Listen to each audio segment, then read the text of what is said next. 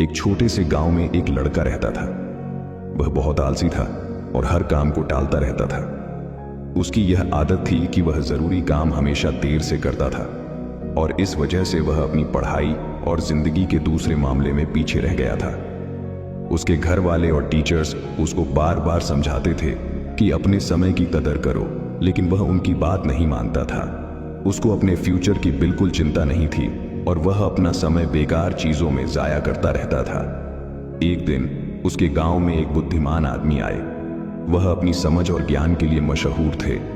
बहुत सारे लोग उनसे मिलना चाहते थे और उनसे कुछ सीखना चाहते थे।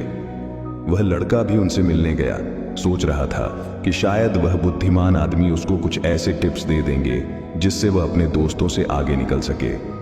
जब उसकी बारी आई तो उसने बुद्धिमान आदमी के पास जाकर कहा, कृपया मेरी मदद करें, मैं अपनी जिंदगी में हार गया हूं। मैं अपने दोस्तों और क्लासमेट्स से हर फील्ड में पीछे हूं। मैं सबसे आगे निकलना चाहता हूं और सबसे अच्छा बनना चाहता हूं। कृपया मुझे बताएं, मैं कैसे ये कर सकता हूं।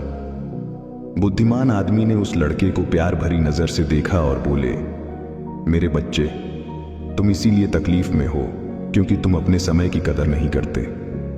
तुम हमेशा काम टालते रहते हो और अपने अनमोल पल बेकार चीजों में जाया कर देते हो। चलो मैं तुम्हें एक कहानी सुनाता हूं जिससे तुम समय की कदर समझ पाओगे। लड़का बड़े ध्यान से सुनने लगा। बुद्धिमान आदमी ने कहानी शुरू की। एक बार एक राजा था जो बहुत दयालु और उदार था। उसको अपनी प्रजा से बहुत प्यार था और वह हमेशा उनकी मदद करता था। एक दिन उसने अपने पुराने दोस्त से मुलाकात की जो उसके साथ गुरुकुल में पढ़ता था। वह दोस्त बहुत आलसी और गरीब था। उसके पास ना नौकरी थी, ना पैसा, ना ही इज्जत। वह हमेशा अपनी किस्मत को कोसता रहता और अपनी परेशानियों के लिए दूसरों को दोष देता था। राजा ने अपने दोस्त को पहचाना और उसके हाल पर अफसोस किया। उसने अपने दोस्त से उसकी जिंदगी और परेशानियों के बारे में पूछा।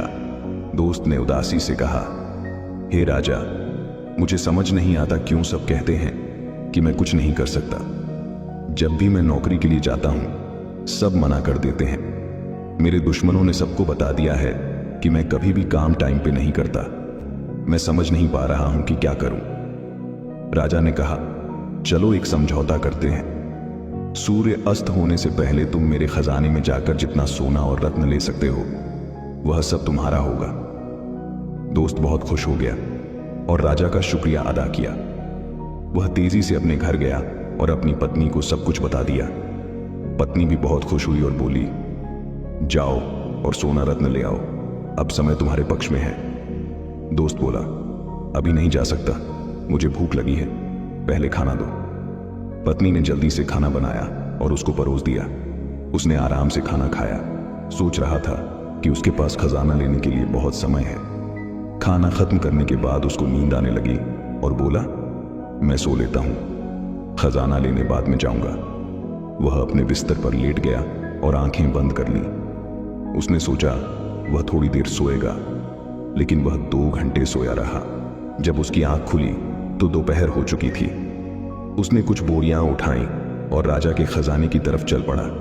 रास्ते में धूप तेजी से चमक रही थी और उसको गर्मी लग रही थी।